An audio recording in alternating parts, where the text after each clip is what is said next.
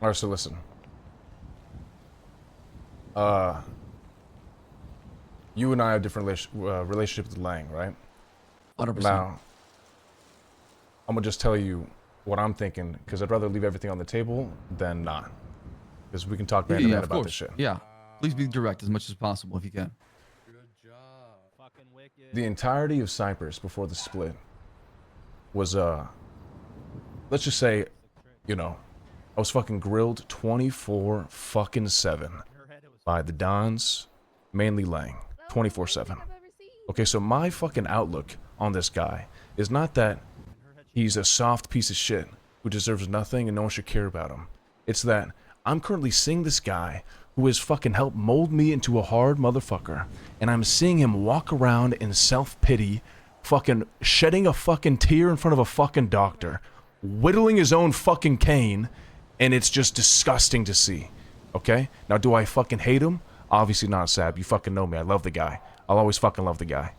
But my plan is to get him to get fucking pissed at me, pissed at anyone, pissed at anything, to bring him back to the not being an absolute opposite fucking rat fuck bitch that he's being right now. I want him to go back to the person that I know him as. Not this. This is not him. I know you agree this is not him. Whether he's been through shit or not, I don't give a fuck. I can't see him like this. So I'm gonna get under your skin. I'm gonna get under everyone over there's fucking skin. I don't care if I'm the fucking villain again, Saab. I don't give a fuck. Whatever it's gonna take to bring him back, I'm gonna do that shit. Yeah, but Clark, there's a way of doing that. Sure. But sometimes even the people you care about so much and love, you gotta give them that space, time to heal and come back to you. Because sometimes no matter what you do and say, it's not gonna change anything. They need to figure out on their own. You can't help somebody who's not willing to accept the help. It's not possible.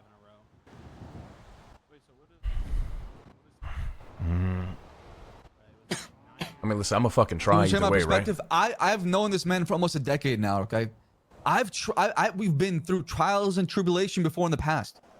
I know how he heals. He needs time on his own to do his own thing, and whenever he's ready, he'll come back to us, and he'll come back to being that guy that you looked up to, the guy who molded you to who you are today. Brother, the thing is, no one else is doing this shit. Everyone else is taking your route and taking everyone else's route of just being soft and like the way I see it is just giving in and let them do this shit. I mean, the cane thing is not because I'm being soft. The guy, he's fucking got shot in the leg with a shotgun.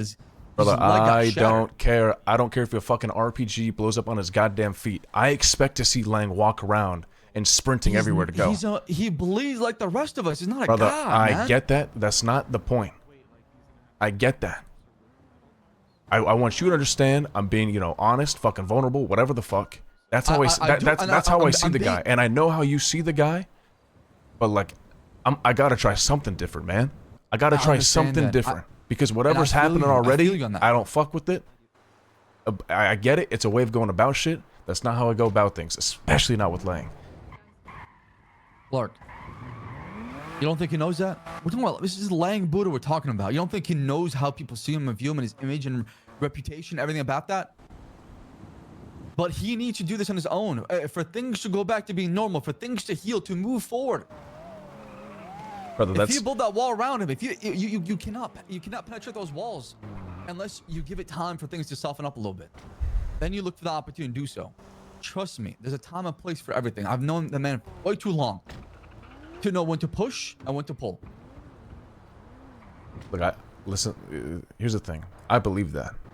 Okay, but my entire time in Cypress, I wasn't, the way I see things is like, you're not allowed that sort of, that buffer. That buffer doesn't exist. You either fucking adapt or you fucking fall off. So I get what you're saying. I think my viewpoint on Cypress and other people, or on Lang, is different. I can understand what you're saying at the same time, though. That's why I'm fucking talking to you about this. Because what I said back there about seeing you in a fucking funeral, I don't want you fucking dead, Saab. I don't want anyone in the fucking North dead. No one in the North, in the South, nobody. But I'm gonna say some crazy. I'm gonna say some crazy shit to get him to react, to at least turn around, to at least fucking not look so goddamn sad. Anything, any fucking thing. Now I'm gonna be honest. Let me ask you something. Let me ask you something, okay? Yeah. What do you care about more? the attention of somebody or their respect? I'm sorry, what did you just ask me? What do you care about the most? Their Somebody's attention or their respect? Are you not listening?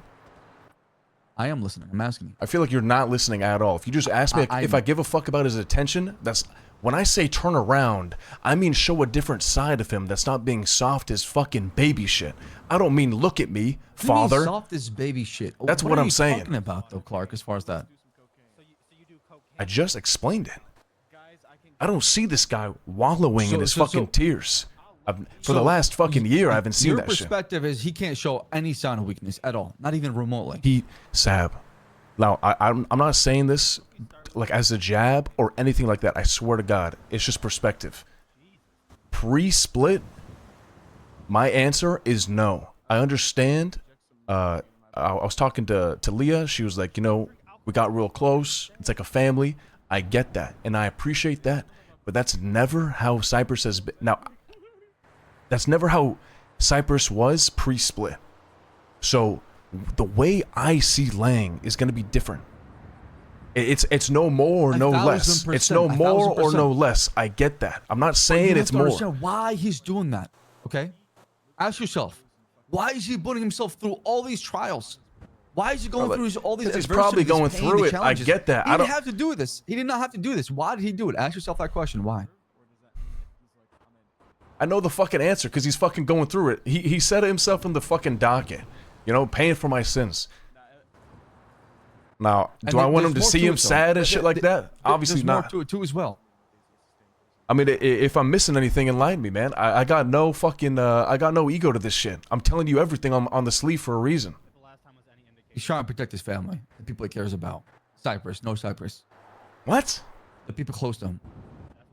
You think he's doing all this to protect? To protect? 1,000%.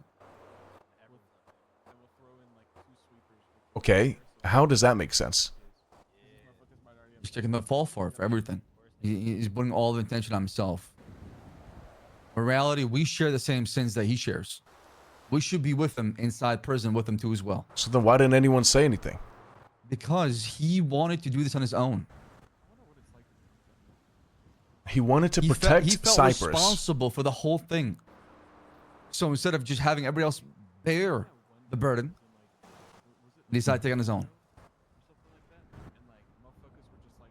Specifically Larry and Bubbles. The whole thing. Larry, Bubbles, Leah. I mean, even the split with the North and the South affected him. Think about it. Clark is seeing Saab as an absolute dumbass right now. Harry Brown, Speedy, and Lang don't ever hang out, ever. Every single day, I would say, you're fucking crazy. Shut the fucking front door. These guys were just like glue to each other. Sure. The relationship has lasted many fucking years, decades. Of course. Absolutely. Things have changed a lot. That shit affected the guy. Over time, I don't care who you are. You crack.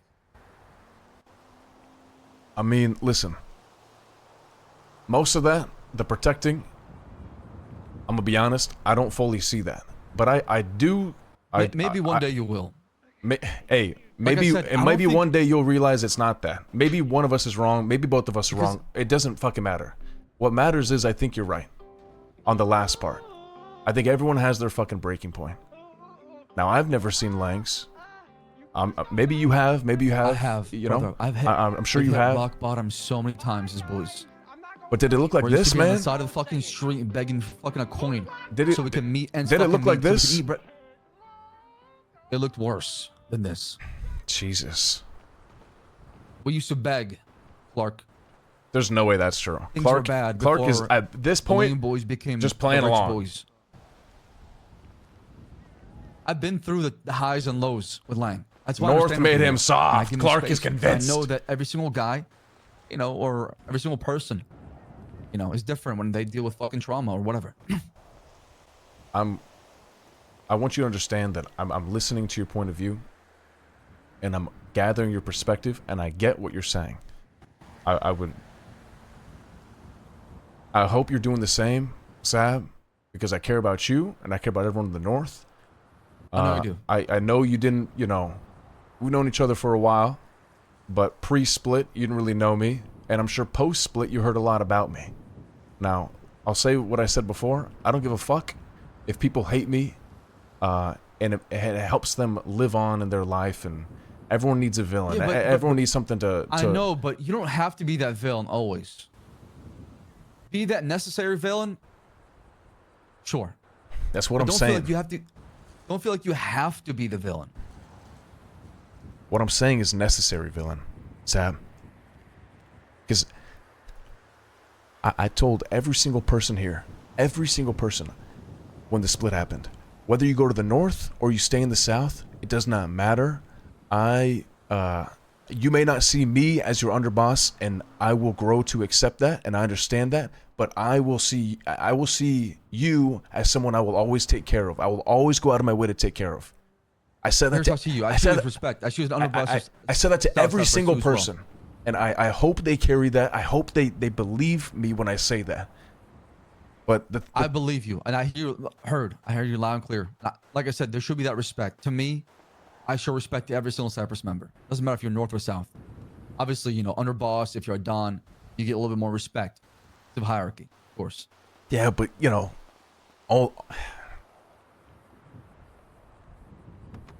rank and all that shit meant a lot to me maybe a while ago. And you know, hierarchy means something for sure. But you know, the way I see it, fuck my rank, fuck all that. I want you to know, man to man, I don't mean what I said back there. I was trying to elicit a reaction, and whether that was a reaction out of you that would get a reaction out of Lang. I mean, you definitely got a reaction out of me. I fell for the bait for sure. So, you know, I don't love that you said that shit to me. If that's all it took for you to want to fucking kill me, Saab, I don't fuck with that. No, I said, I did say something I did not mean. It was just, I was very upset because I was like, you know, I understood your perspective, but I wanted you to understand that now was not the time to try to provoke an attention or a reaction or out of Lang. I do not want his fucking attention. I want him to be back to what he is. I'm not talking about as far as that. But you know what I mean. All right, I'll take your word for it. I believe you, and I appreciate it. I just want to squash that shit because, you know me, Sam, and I know you. Of course, and I appreciate you, pulling me aside and wanting to talk about this. Of course, it means a lot. I was even trying to get Skipper in on that shit too. I was texting him some crazy shit about you. I was doing anything I could, man. Look, Lang means a lot to me. Know, but like Clark, don't become what the Dark Knight became, okay? What did he become? He became a villain, so people can target him and go after him, and then the purpose was missed, right? His purpose was to get people to have a reaction, but turns out they're getting mad at him. But that's okay if they can live on, Sav. If they can live on with their life, go back to their families and be happy again, that's okay. You should see the shit I've been texting Lang. I've been texting those heinous shit, the shit that would make him come back to life, back to his old self, and fucking hate me again. That way he would be, be normal for everyone else again. But I get what you're saying. Cheap to a lot of people. So no matter what you say, doesn't matter on text, whatever reaction you try to provoke. I don't think it's gonna get there. Yeah. That is my opinion. I mean, like I said, you're probably right. You're probably right. I had to try though, right? Well, that's why I understand your perspective. You're trying anything you can to do what you can to help out. I get that. That's why it's coming from a good place. Yeah.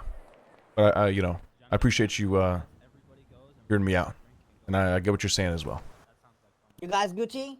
Yeah, we're just talking about our conversation. That's what I'm talking about. But listen, you know what I'm saying, Saab is a brother. Saab always been a brother. Absolutely. And Clark, I look at you like a little brother, I known you for many years now, so we might have disagreements, but we all care for the same cause. So we cannot fight each other for the same cause, but different opinions. Get it? Yeah, for sure. Yeah. No, I couldn't agree more. Exactly. Now what we need to do is spread the fucking word of Kiflam. Goddamn right. Kiflam, brother. Love you, Sam. That's I got you, all right? Kiflam, brother.